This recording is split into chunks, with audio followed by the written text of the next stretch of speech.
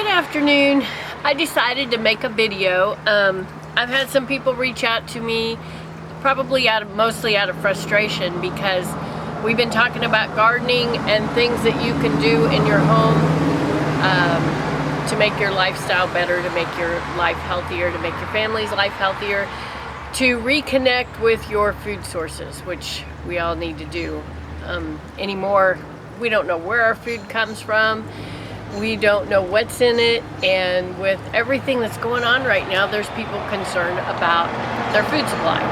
As we saw earlier in the year when we went to the store and there was some things missing on the shelves, it can happen again. It can happen anytime.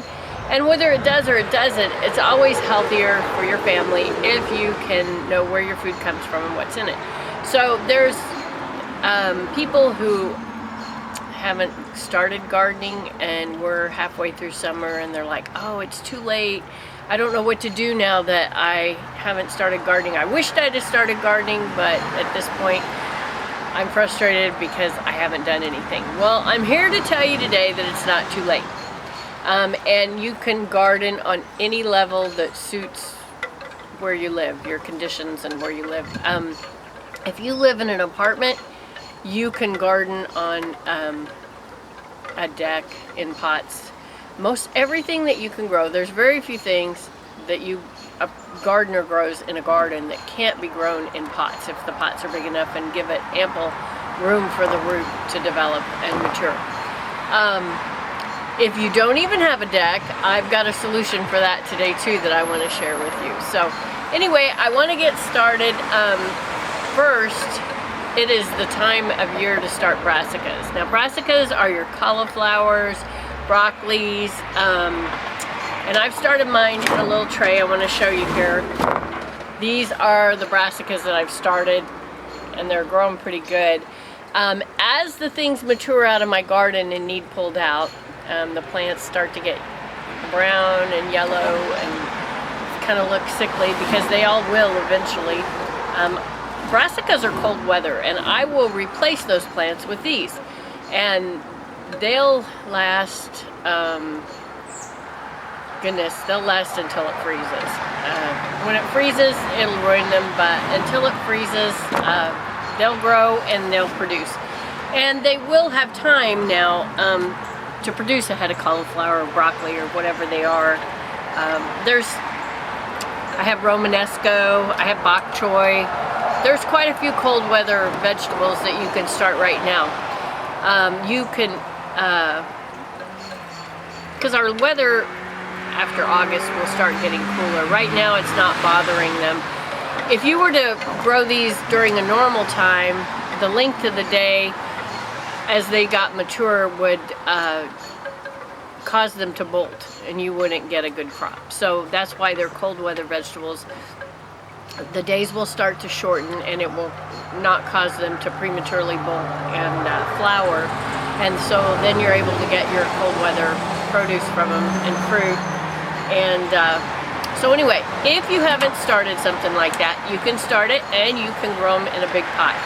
Something I would suggest to people, if you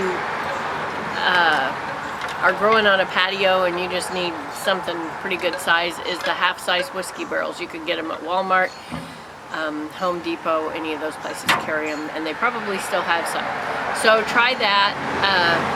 I went to Home Depot yesterday and they still had all their seeds out, which is kind of unusual for this time of year. So if you don't have seeds, there's crops you can still grow. You can still put them in the ground right now. Beans, I grow several crops of beans during the year. Once they put on about 3 times, they're done. You take them out and you replant. Beans mature in 55 days. You have 55 days before we have a frost, and before the weather gets too cold. So you can plant beans, and beans produce, a few plants produce a lot of beans. And it's fun to eat the food that you've grown. So if for no other reason, if that you start gardening, if you do it because you enjoy eating the food that you've grown, it tastes better than the food from the store. So anyway, beans are a good choice, and I just got these from Home Depot yesterday. There's a lot on the shelf still. Kale, kale can go in through cold weather. It'll last through a lot of cold weather. Not freezing temperatures, but some. Kale likes cold weather. So if you start it now, by the time the temperatures cool down, it'll be at about the right place. Spinach, I actually started spinach now. I probably should have waited a little bit before I started it. Sorry, there's a noisy truck going by. But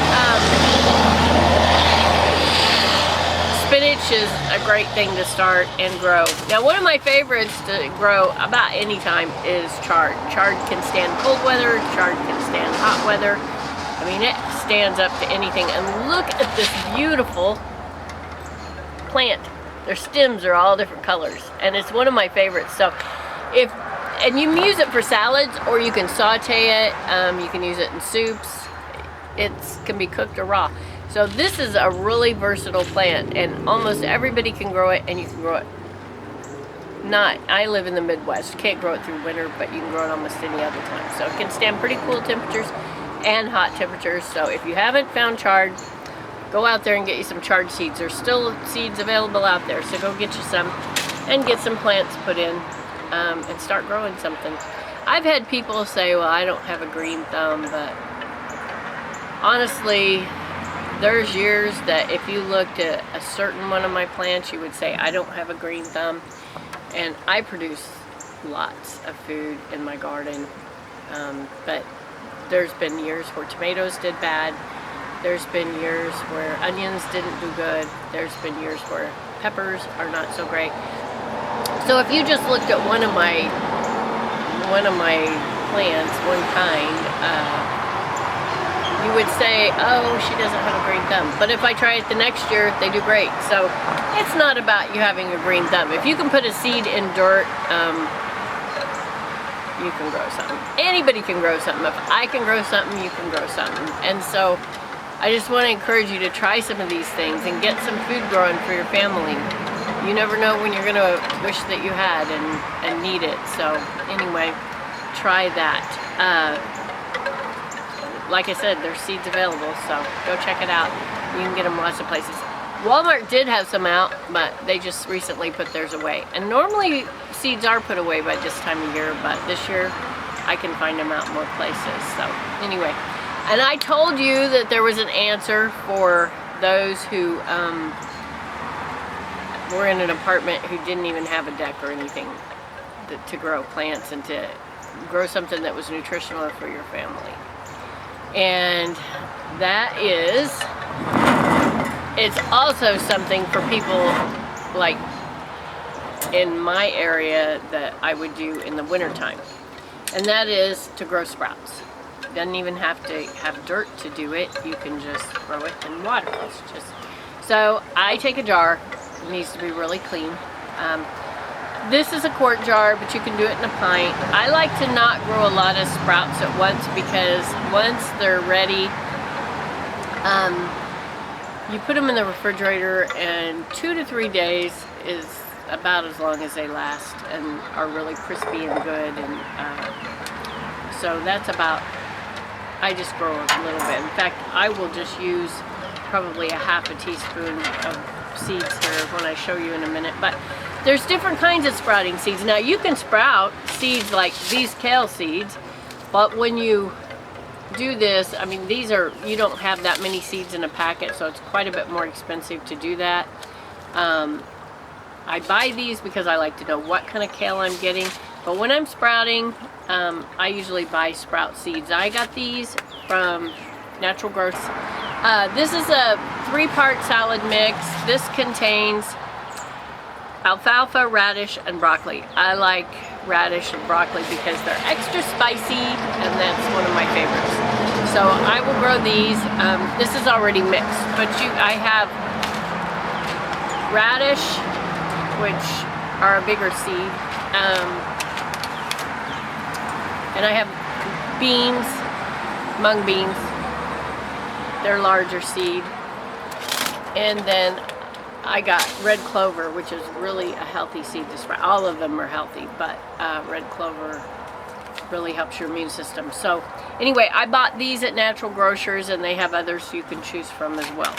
But for sandwiches, salads, and all that. I do like to mix them. So if you don't find the mix already mixed, you can mix your own. So I'm gonna open this and show you what to do here. Okay, so my husband's a painter, so I got a paint strainer bag, a brand new one that he had, and I use that to strain my seeds to help rinse them. But they make actual tops for your jars that are for sprouting seeds. You can buy those. The problem with them oftentimes is that the holes in them are bigger than some of the tiny seeds. If you can see these clover seeds, I don't know if you can see in there, they are really tiny, and they will go through almost anything. They will not go through this mesh that I have, but you can cut out a cheesecloth, you can cut out of anything.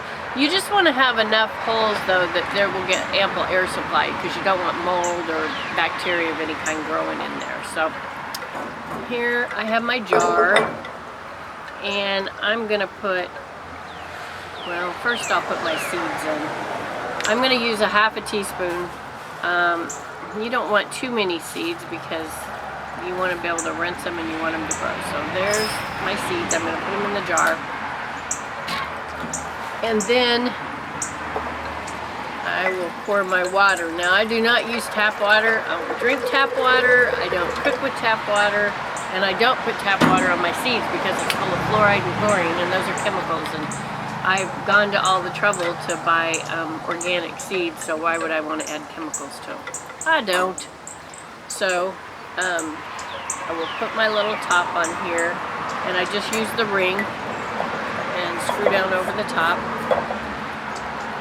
Okay, once you've done this, you will need to let your seeds sit overnight, or about 8 to 10 hours, whatever, so they can soak a little bit and they will start to germinate faster. Once you let them sit overnight, then you'll drain the water off, and I'm going to do that. And so you can see my seeds didn't come out because my little screen had tiny, tiny holes in it. So then you'll rinse them about 3 times, 2 to 3 times. You'll want to rinse these, and you'll rinse them, well, you'll rinse them 2 to 3 times a day, because they'll start to get, the water will get stagnant and icky, and you don't want that in your seeds. You don't want anything growing in there except your seeds. So rinse them 2 or 3 times a day, and you're gonna drain them the last time. And I got a bowl here so I can show you, but you're gonna sit your container at an angle in the bowl like this, so that it will continue to drain, because you don't want, if you leave it up like this, then your seeds are going to be sitting in water, and you don't want that. You want to keep them moist, so you're going to rinse them 3 times a day, but you don't want that. And you don't want to put your jar directly upside down, because then you'll cut off the airflow to it, and it needs airflow. So just put it in a bowl at an angle and keep doing that for just a few short days, and you will see your seeds start to sprout. Now, I don't have a jar to show you that sprouted, but I'm going to come back and show you when this does sprout. But this jar will start to fill up. It doesn't look like it possibly could, but it will. It will start to fill up with little sprouts in here. And they won't be very green. You'll want to put this in a cool place, not in the sun. And your sprouts will be kind of pale. But if you will put them in the sun for 2 to 3 hours before you put them in the refrigerator, the last thing, before you put them in the refrigerator, they will green up, and they look really good, and they look really pretty. And it seems like that wouldn't be when you look at this jar right now, but I promise you it really does happen. So I'm going to let these grow, and then I will come back when I'm doing a video about something else, but I will share this with you and show you how my sprouts are growing. But sprouts are very nutritious, and if you're in wintertime or you can't get produce, sprouts are awesome to have on hand. And these little packets will keep for a very long time. So if you get these and just a mason jar with a ring and get you some kind of screen to put on the end of it, you can do that. But I'm on a Facebook page with people who juice a lot because I like to juice. Juicing makes me feel good. But I noticed in another country that someone posted that everything was on shutdown right now. That was this week. And they said that they were getting them what the authorities deemed was essential food supply. And the person said, well, this is my last juice because they don't think that fruits and vegetables are essential. Well, you can store beans and you can store rice and you can have a freezer full of meat and all that, but if you can't get fresh produce, then for a long period of time, that isn't really healthy for our body. So this is a way to keep something on hand and to have your own produce, because sprouts are full of nutrition. So anyway, it's fun to do, and they're tasty on salads, sandwiches, or just to eat. I mean, like I said, the radish and the broccoli are kind of spicy, and I like that. So anyway, that's an option if you live inside and you don't have an outside anywhere. Do that. But don't forget to check out, if you do have a patio or you do have a yard and a place to garden, check out the Brassicas, get you some cauliflower, get you some broccoli going, some bok choy, whatever it is you like. And run up to your local box store and get you some chard. If you do nothing else, put some chard seeds in the ground and have a beautiful salad that you've grown yourself. Anyway, thanks for joining me again, and I'll come back and show you how my seeds sprout. Blessings.